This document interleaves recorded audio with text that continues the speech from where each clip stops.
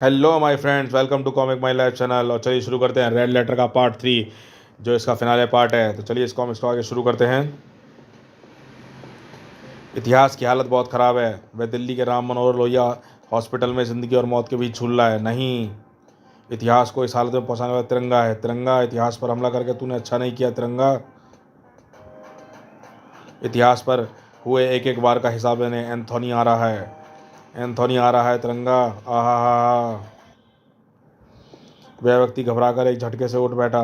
Anthony, मैंने कुछ नहीं किया है, मेरी बात सुनो, मुझे मत मारो। अरे एंथोनी कहाँ गया? एंथोनी चला गया, लेकिन तुम मुझसे क्या कहना चाहते हो? बहुत, ये बात बहुत बुरी है मैडम।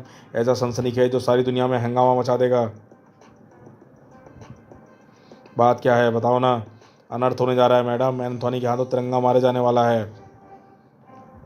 ये सब कल के अखबार में छपा हुआ है। ये देखो, आप भी देखो इस अखबार को। इसमें सब कुछ साफ साफ लिखा है। क्या लिखा है इस पर? कहाँ, किस पर लिखा हुआ है? मुझे तो कुछ भी नहीं दिख रहा है। आप कैसी बातें कर रही हैं मैडम? आप ध्यान दे देखिए, इस पर साफ साफ बड़े अक्षरों में लिखा है कि एंथोनी ने तिरंगा को मार डाला। ओह नो, ये मैं क्या बेवकूफ़ वाली बातें कर रहा हूँ? इस अखबार में जो लिखा है वह भला आपको कैसे दिख सकता है? कल के इस अखबार में जो शब्द लिखे हैं उसे तो दुनिया में एक ही आदमी देख सकता है, और वो आदमी मैं हूँ। क्या क्या मतलब? मतलब ये आपकी समझ में इस तरह नहीं आएगा। मैं आपको पूरी बात समझाता हूँ। भगवान ने अपनी बनाई दुनिया में सबसे अनोखी चीज़ बनाई है इंसान, और भगवान ने उससे भी अनोखा काम यह किया है कि उसने कुछ इंसानों में ऐसी विशेषताएं डाल दी हैं जिन्होंने सुपर नेचुरल पावर्स के नाम से जाना जाता है। दुनिया भर के सैकड़ों लोगों के साथ साथ भगवान ने मुझे भी एक अनोखी नेचुरल पावर से नवाजा है। और मुझे जो सुपर नेचुरल पावर मिली है वह थी अगले दिन के अखबार में छपने वाली खबरों को आज ही जान लेना। मैं कल के अखबार में छपने वाली खबर को आज ही पढ़ सकता हूँ। इसी सुपर नेचुरल पावर की वजह से मैं पिछले कई दिनों से शहर के उन महत्वपूर्ण व्यक्तियों की अकाल मौत की खबर पढ़ रहा था। वे बुरी मौत मरे, यह मुझे पसंद नहीं था। इसलिए मैंने एक दिन पहले ही सभी को रेड लेटर लिखकर उनकी मौत के बारे में सूचित करना अपना फ़र्ज समझा। लेकिन अफसोस, कोई मौत से नहीं बच पाया। लेकिन मुझे बहुत ही बड़ा नुकसान हुआ। डीसीपी इतिहास और एंथोनी जैसे लोग मुझे गलत समझने लगे।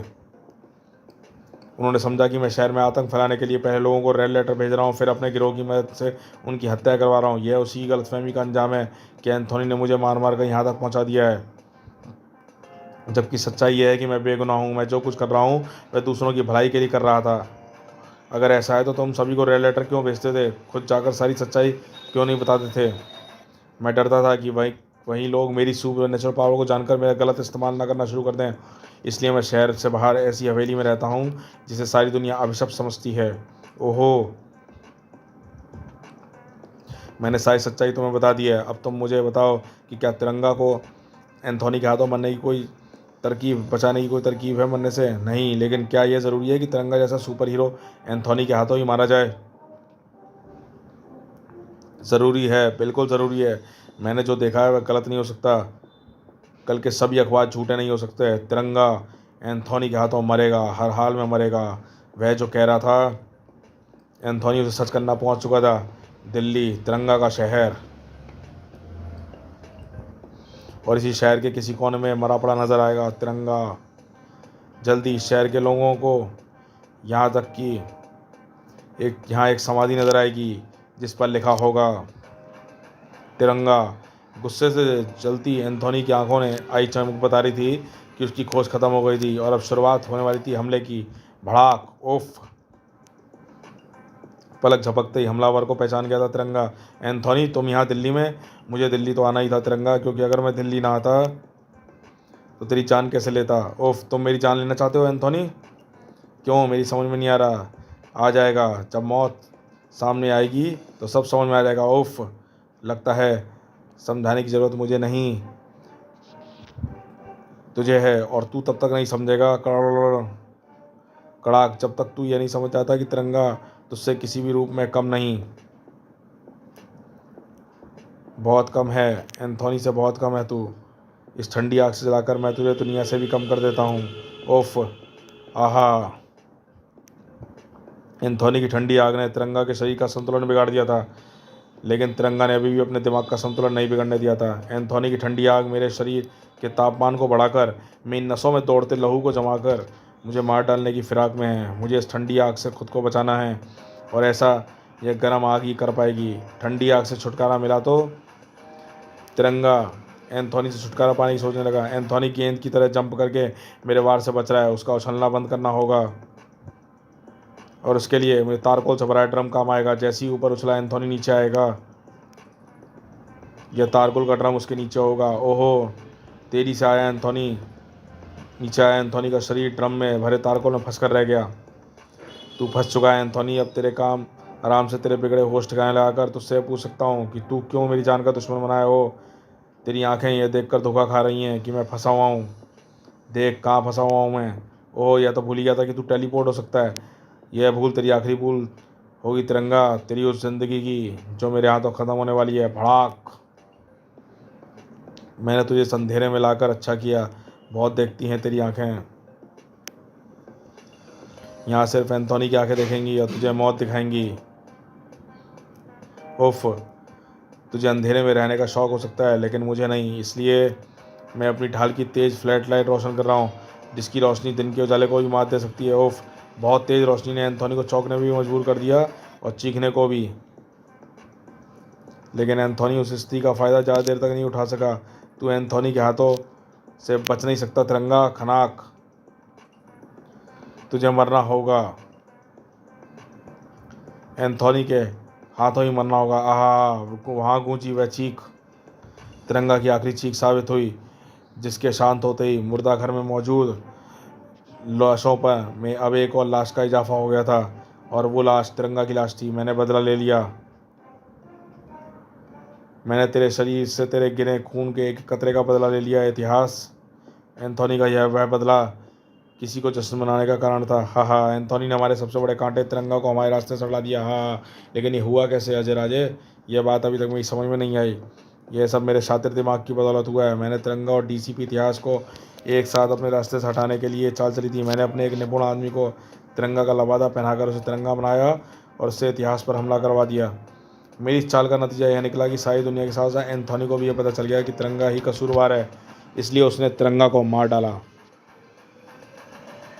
अब तिरंगा के मरने के साथ ही हमारी अड़चन खत्म हो गई है, इसलिए अब मैं आराम से रूपनगर की सत्ता को तुम्हारे हवाले करता हूँ। खेल तो तुमने बहुत अच्छा खेला था मिस्टर अजय राजे, लेकिन तुमसे एक गलती हो गई है।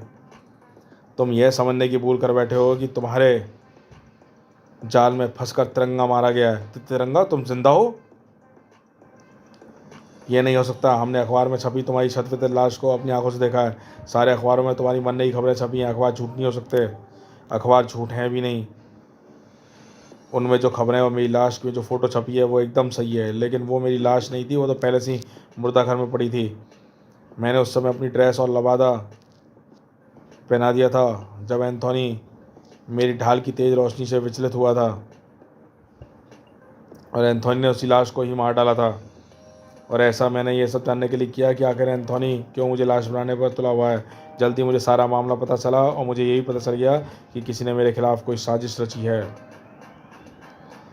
ऐसा किसने और क्यों किया, यह ना तो मेरे पास जानने के लिए कोई साधन था, ना ही एंथोनी की गलतफहमी दूर करने का। लेकिन फिर भी मेरी गलतफहमी दूर हुई, और एक ऐसे तरीके से जिसके बारे में कोई सपने में भी नहीं सोच सकता। एंथोनी भी यहाँ आ गया। हाँ, तुम्हारे सारे खेल मटिया मेट करने। लेकिन ऐसा करने से पहले मैं तुम्हें उस तरीके के बारे में बता दूं जिससे तुम्हारे इस खेल का ख़त्म करने में महत्वपूर्ण भूमिका निभाई। तिरंगा को मार डालने के बाद मुझे जूली ने बताया कि विक्रम नामक वह शख्स रेड लेटर भेजकर भलाई ही कर रहा था, अपराध नहीं। मुझे उसकी बात पर विश्वास हो गया और तब विक्रम ने मुझे वह सनसनीखेज सूचना दी जिसमें रोंगटे खड़े कर डाले। क्या कह रहे हो तुम? वही जो मैं कल के अखबार छपने वाले अखबारों में देख रहा हूँ। मैं साफ साफ देख रहा हूँ कि कल के अखबारों में मेन हेडलाइंस होगी, जिसमें दो ही खबरें मुख्य रूप से होंगी। एक यह है कि तिरंगा जिंदा है और दूसरी यह है कि तुमने और तिरंगा ने मिलकर रूपनगर की सरकार में हो रहे बहुत बड़े घोटाले का पर्दाफाश किया। और यह भी छपा है कि अखबारों के में कि डीसीपी इतिहास पर हमला तिरंगा ने नहीं, अपराधी सीएम अजय राजे ने करवाया था। ऐसा उसने खुद कबूल किया है। विक्रम की सारी बातें सुनकर मैं दंग रह गया, लेकिन पिछली सारी घटनाओं को देखकर मुझे इसकी बात मानने के लिए मजबूर होना पड़ा। और यह सब जानने के बाद तिरंगा को ढूंढकर उसके साथ मिलकर यहाँ तक पहुँचना मेरे लिए मुश्किल काम नहीं था। एक बेवकूफ़ से तुमने कल के अखबारों के बारे में जो जाना वो झूठ था। कल के अखबारों में तुम दोनों की मौत की खबरें छपेंगी। तड़ तड़ तड़ तड़ तड़ तड़ाक। सच्चाई को बदलने की जिसने भी है ठानी,